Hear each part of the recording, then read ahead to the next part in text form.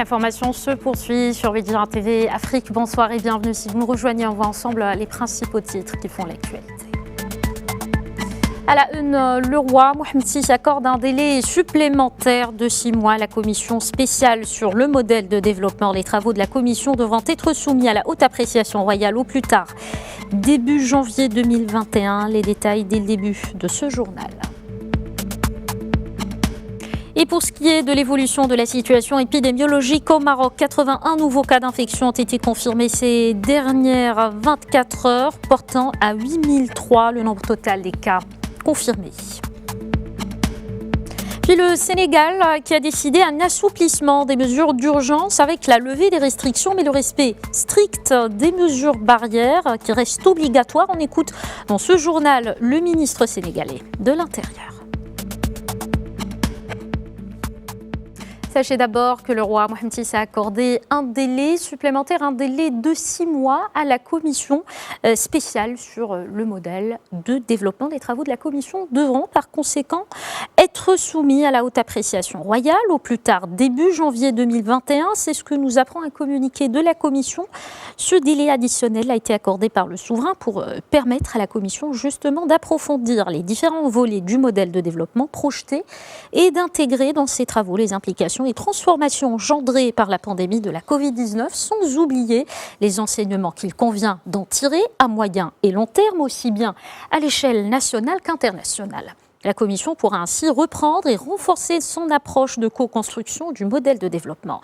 La CSMD élargira le processus de consultation et d'écoute pour tenir compte au mieux des attentes et propositions des citoyens et des forces vives du pays dans le contexte post-Covid, selon le même communiqué. Et à ce propos, on joint en direct depuis Rabat l'analyste politique Driss Issaoui. Bonsoir. Bonsoir. Bonsoir, c'est un plaisir de vous recevoir, Driss Issaoui. D'abord, quelle lecture faites-vous de cette décision royale, cette décision donc d'accorder un délai supplémentaire de 6 mois à la commission spéciale sur le modèle de développement au Maroc ? Vous savez que c'est une décision tout à fait opportune parce que déjà la constitution de la commission avait demandé un effort particulier pour choisir les membres, mais cette commission n'a pas eu tout le temps qu'elle devait avoir parce qu'elle a commencé à faire des auditions avec des partis politiques, des acteurs, mais elle n'a pas pu terminer à cause de cette pandémie que le Maroc a connue et que les autres pays ont connu aussi. Donc, il fallait avoir assez de temps pour faire ce travail d'introspection, pour faire ce travail d'écoute et également écouter les propositions des acteurs de la société civile, des opérateurs économiques, etc., pour savoir comment nous allions conduire ce modèle de développement avec tous les changements qui sont intervenus. Et aujourd'hui, nous avons des changements importants, notamment le Covid-19 qui a laissé des traces importantes. Donc, on aura à réfléchir sur tout ça et surtout à dégager les pistes intéressantes pour demain. Qu'est-ce qu'on fera demain et avec quels moyens ? Merci beaucoup, Driss Issaoui, pour cet éclairage. Je rappelle que vous êtes analyste politique. Toujours au Maroc, sachez aussi que le roi Mohamed VI a appelé le patronat marocain à déployer une action de dépistage massif dans le cadre participatif de gestion de la propagation de la Covid-19. C'est ce qu'indique un communiqué conjoint du ministère de la Santé et de la Confédération générale des entreprises du Maroc. Cette opération permettra aux chefs d'entreprise de protéger les salariés, de limiter le risque de propagation du virus en appliquant des tests de dépistage à leurs employés. Dans ce cadre, le souverain a donné ses hautes instructions au ministère de la Santé de mettre à disposition de la CGEM ses moyens matériels et humains pour lancer une campagne nationale de dépistage de l'infection Covid-19 auprès des employés des entreprises du secteur privé. Cette action contribuera à une reprise d'activité sécurisée qui puisse se dérouler dans les meilleures conditions.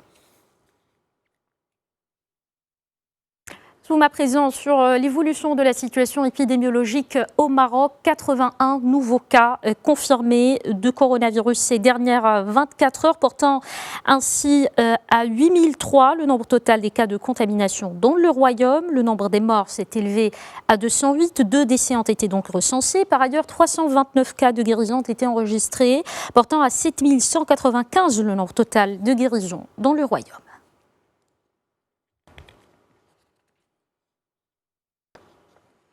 Un mot de justice à présent. Sachez que la Haute Cour d'Espagne vient de refuser l'octroi de la nationalité espagnole à une ressortissante née dans le Sahara marocain. La décision de la Cour d'Espagne intervient suite à l'appel intenté par la Direction générale des registres et du notariat pour l'annulation du jugement prononcé par un tribunal provincial qui accordait le droit à la nationalité à une ressortissante née, je le rappelle, dans le Sahara marocain. C'était en 1973.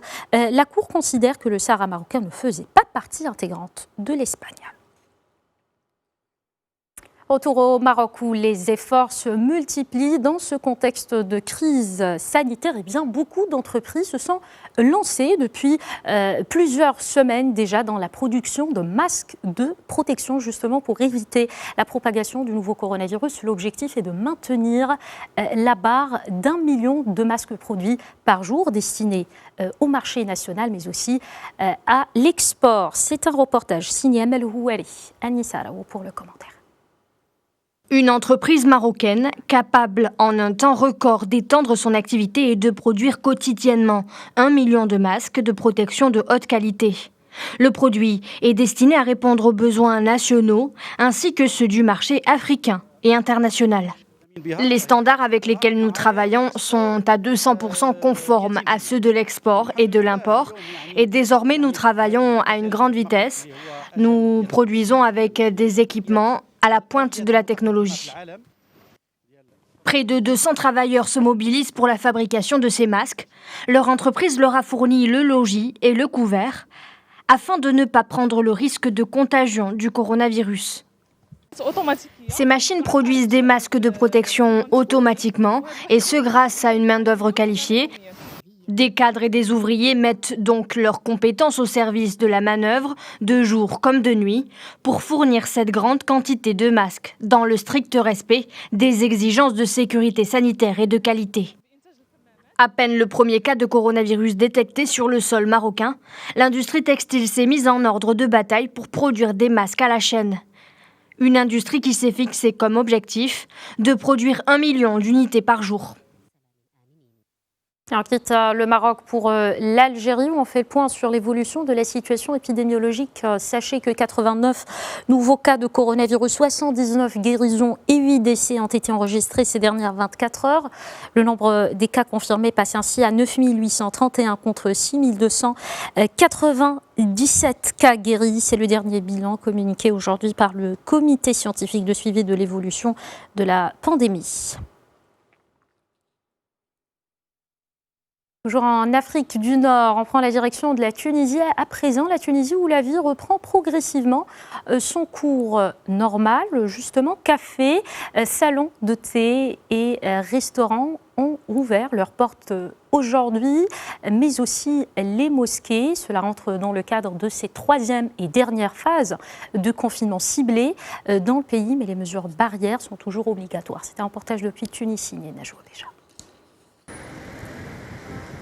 Les Tunisiens ont regagné en ce jeudi une partie de leur liberté. Apprécier un café en terrasse est maintenant possible après 3 mois de confinement. Ce n'est pas le monde d'avant, mais ça y ressemble un peu. La réouverture des cafés et des restaurants est synonyme d'un quasi-retour à la normale pour les Tunisiens. Certes, le retour est conditionné et ce n'est pas comme avant, mais nous sommes conscients qu'on doit être vigilant et qu'il y a certaines mesures à respecter, à savoir la distanciation et le port des masques obligatoires pour le personnel. Les terrasses peuvent accueillir des clients, c'est également possible à l'intérieur, mais pas plus de 2 clients par table et avec 1 mètre d'écart minimum. Enfin, on peut respirer. C'est grâce à Dieu. qu'on a pu dépasser la gravité du coronavirus. Comme vous voyez, la distanciation entre les gens est respectée et personnellement, je tiens à porter le masque. Également, il a été décidé le même jour la réouverture des lieux de culte. L'affluence est importante ici dans la mosquée Zitouna pour la prière collective. Allons voir si les gestes barrières sont respectés. Il est exactement 15h50 lorsque les fidèles ont pu de nouveau faire la prière pour la première fois après déconfinement dans la mosquée de la Zitouna à Tunis, selon un protocole sanitaire préétabli et une démarche progressive. À noter que toute mosquée sera immédiatement fermée en cas d'enregistrement de cas d'infection au coronavirus. Nous avons désinfecté les lieux avant l'ouverture. Les dispositions préventives consistent pour un fidèle à faire ses ablutions à la maison et non dans la salle d'ablution.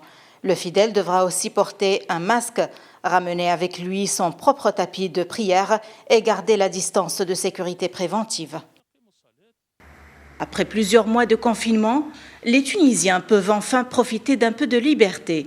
D'autant plus que la Tunisie est parvenue à sortir de la deuxième phase sans grands dégâts, selon les autorités sanitaires, et entamerait la troisième phase où les mesures seront moins rigoureuses en vue d'un retour progressif à une vie normale.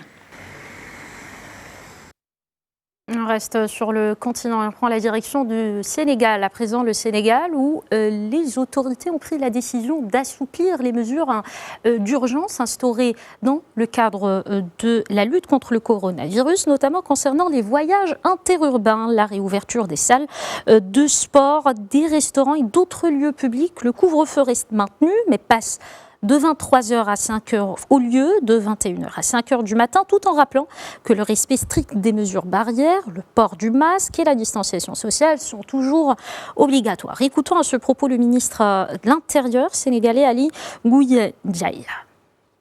La levée des restrictions de transport sur l'étendue du territoire national avec le maintien du couvre-feu de 23h à 5h du matin. Les gares routières reprendront du service pour le transport urbain et interurbain. Toutefois, une heure de fermeture est prévue pour toutes les gares routières interurbaines. Le ministre des Transports en conviendra avec les acteurs. Les réunions dans les endroits publics ou privés, les restaurants, les salles de sport et les casinos vont bénéficier de ces mêmes mesures d'assouplissement. Au total, le gouvernement, comme d'habitude, reste à l'écoute des populations afin de contribuer à la relance des activités économiques. Toutefois, ces mesures seront obligatoirement accompagnées de mesures telles que le port obligatoire de masques, la distanciation physique, l'existence de manifestes pour tous les départs, notamment dans le domaine des transports, etc. Le gouvernement regrette toutefois les manifestations connues ces dernières 48 heures qui ont occasionné l'arrestation de plus de 200 personnes. L'Amérique latine frappée de plein fouet par la Covid-19, notamment le Brésil qui devient le nouvel épicentre de la maladie dans le monde, à l'opposé de l'Europe. L'Europe qui commence donc à rouvrir progressivement ses frontières. C'est un sujet signé Anissa Alaoui. En Europe, les chiffres sont de plus en plus rassurants, laissant espérer que le pire soit passé. La vie reprend peu à peu ses droits. Dans l'espoir de sauver sa cruciale industrie touristique, l'Italie a rouvert ce mercredi ses frontières aux voyageurs européens sans restriction. Le ministre italien des Affaires étrangères a demandé mercredi la réciprocité à ses partenaires européens, alors que la Suisse et l'Autriche gardent leurs frontières italiennes fermées. Évidemment, nous demandons aux pays européens de faire de même. Nous étions le premier pays européen touché par la pandémie et nous rouvrons nos frontières. Donc nous souhaitons que cette action soit suivie à partir du 15 juin. Même son de cloche du côté de l'Allemagne, Berlin a annoncé la levée dès le 15 juin de ses mises en garde sur les voyages touristiques pour plusieurs pays d'Europe. La Belgique, elle, rouvrira ses frontières à partir du 15 juin. Alors que l'Europe rouvre ses frontières, le bilan s'alourdit en Amérique latine. Le nombre de morts du coronavirus a doublé en 24 heures au Mexique. Ce mercredi, un nouveau record. 36 décès supplémentaires dus à la pandémie de coronavirus ont été enregistrés en Colombie lors des dernières 24 heures, alors que le nombre total d'infections s'est élevé à 33 354. Au Brésil, la pandémie est à son plus haut niveau depuis le début de la pandémie, passant la barre des 31 000 morts. Je sais que le pays est dans une situation critique, mais que faire? Nous sommes aussi aux abois financièrement et sommes obligés de sortir pour subvenir à nos besoins.